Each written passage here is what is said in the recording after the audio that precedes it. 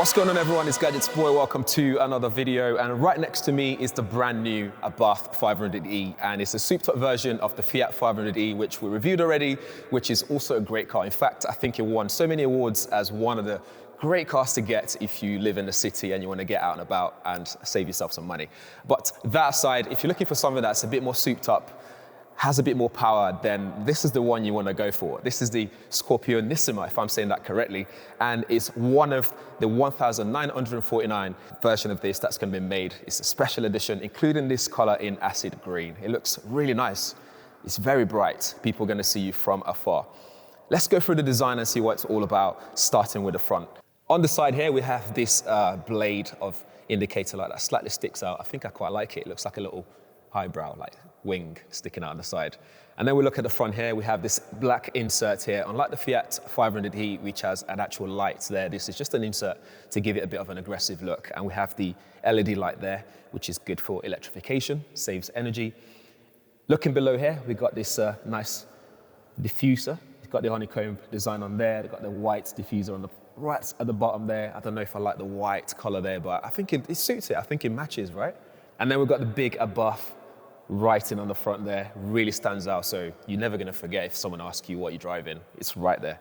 And we've got that new 2D looking logo there. Looks really nice. I think overall, if we just stand back and look at that front design, I think it looks very smart, aggressive, and it's a good idea that they've added that insert there. I think without the insert, if you just look at it and just pretend it's not there, it's gonna look a bit sad. So, good choice.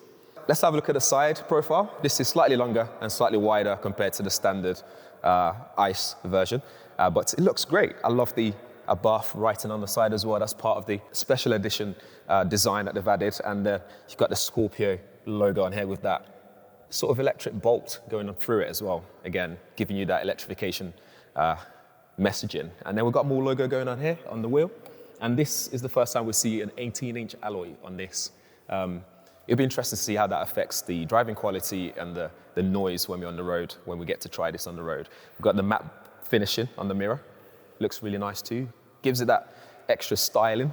One thing that they've added here is the disc, so it's not just a drum. So again, that's gonna help with better braking. If you're having a faster car, braking is also very important, especially when going through corners and stuff like that. And then we've got the charging ports. Here we can charge this very quickly. You're looking at up to half an hour. If you go on the faster charge option, so 82 kilowatt hour charging, you'll be able to charge that very quickly. Very good. Ooh, let's close that properly. There we go. And then as we approach the back, we've got that spoiler there that sticks out really nicely. I think it's not too much. They haven't overdone that. It just really, really suits the car itself. And then we've got the bottom splitter on the back as well. Looks really good. Very sporty. Of course, we're not going to get any exhaust here. And open up the boots. Oh, I thought that was going to be electrified, but it's not. Still smooth. We've got decent sized boots, same as the Fiat 500e, so there's nothing much to write home about there. When you move the seats, it gives you a 50-50 split. So you can still stick I reckon you can get a buggy in there. You can get your carry-on luggage in there as well. I could probably fit in there if I tried, but I'm not going to try. Close that up. On the inside, things looks very premium in here. There's a Abarth logo, Scorpion logo everywhere. There's some on the headrest, we've got some on the foot, the pedals there. We've got some on here on the steering. I can count them, they're everywhere. Scorpions everywhere. But that aside, we have Alcantara leather, both on the seats itself. You've got this double stitching, the blue and the yellow, or the acid green color. And the blue's there because there's also a different color available in this version as well. So I can't remember the official name, but it comes in this blue sort of tone. And the rest of it is just acid green, which I'm digging it.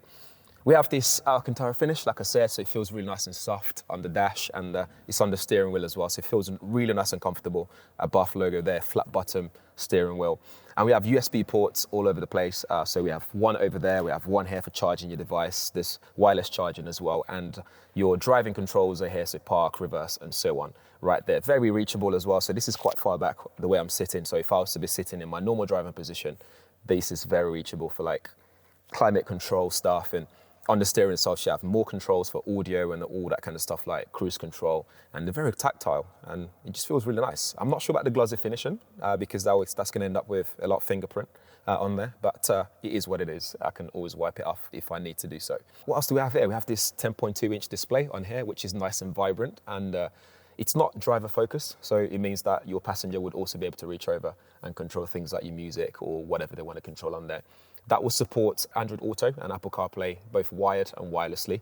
And there's plenty of little spaces here and there. So like you got this massive sort of cubby hole there. And then if you raise the armrest up, there's another cubby hole there that you can put different things like maybe your phone and stuff. This one you can slide over it and cover things up and keep things private if you need to do that. So if you're in a public car parking space, you can cover that up. If you have something there, you shouldn't leave your phone in your car. Over for the display for the driver, we have a nice vibrant display again for your speedometer. And also on there, you'll be able to change your drive mode. So on here, whichever mode you go for, you're always going to get a regen, which is really good. But the strength of the regen would be based on the mode that you've got it in. So you've got Turismo mode, which is your that's the mode where you maximize your energy recuperation, you maximize the range and all that kind of stuff. If we go up to Scorpion track, that's when you take it on track and get the full maximum power that you can get on here. The regen level gets reduced, and then we have Scorpion Street. So if you want to take this on the road, but just with the full power that this thing can deliver, that's the mode that you have it in. But the beauty of this is you still get regen in whichever mode that you go for. If you want to get that full 152 brake horsepower, you need to stick this in Scorpion Street, which gives you the full power, but you still get energy recuperation as well. Basically one pedal driving, you used to be able to do that using that mode.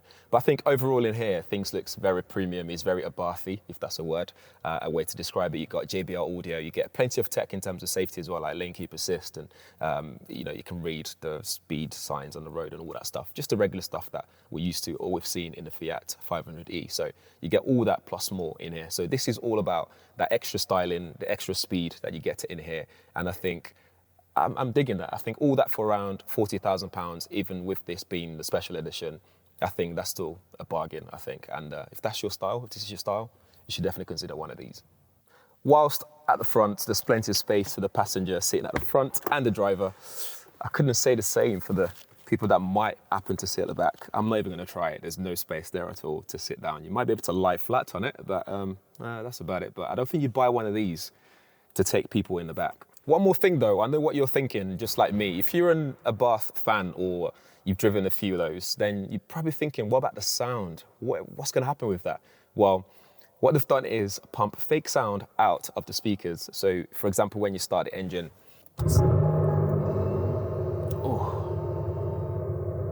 can you hear that?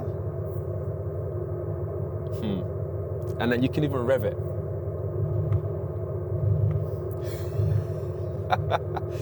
Wow, what's going on? I'm not sure about the sound though. I'm not sure about that at all. But let me know what you think in the comments below. So there we have it for the Abarth 500e. What do you guys think in the comments below? I think first impressions for me without driving the car itself is I love the styling, especially in this special edition color in the acid green.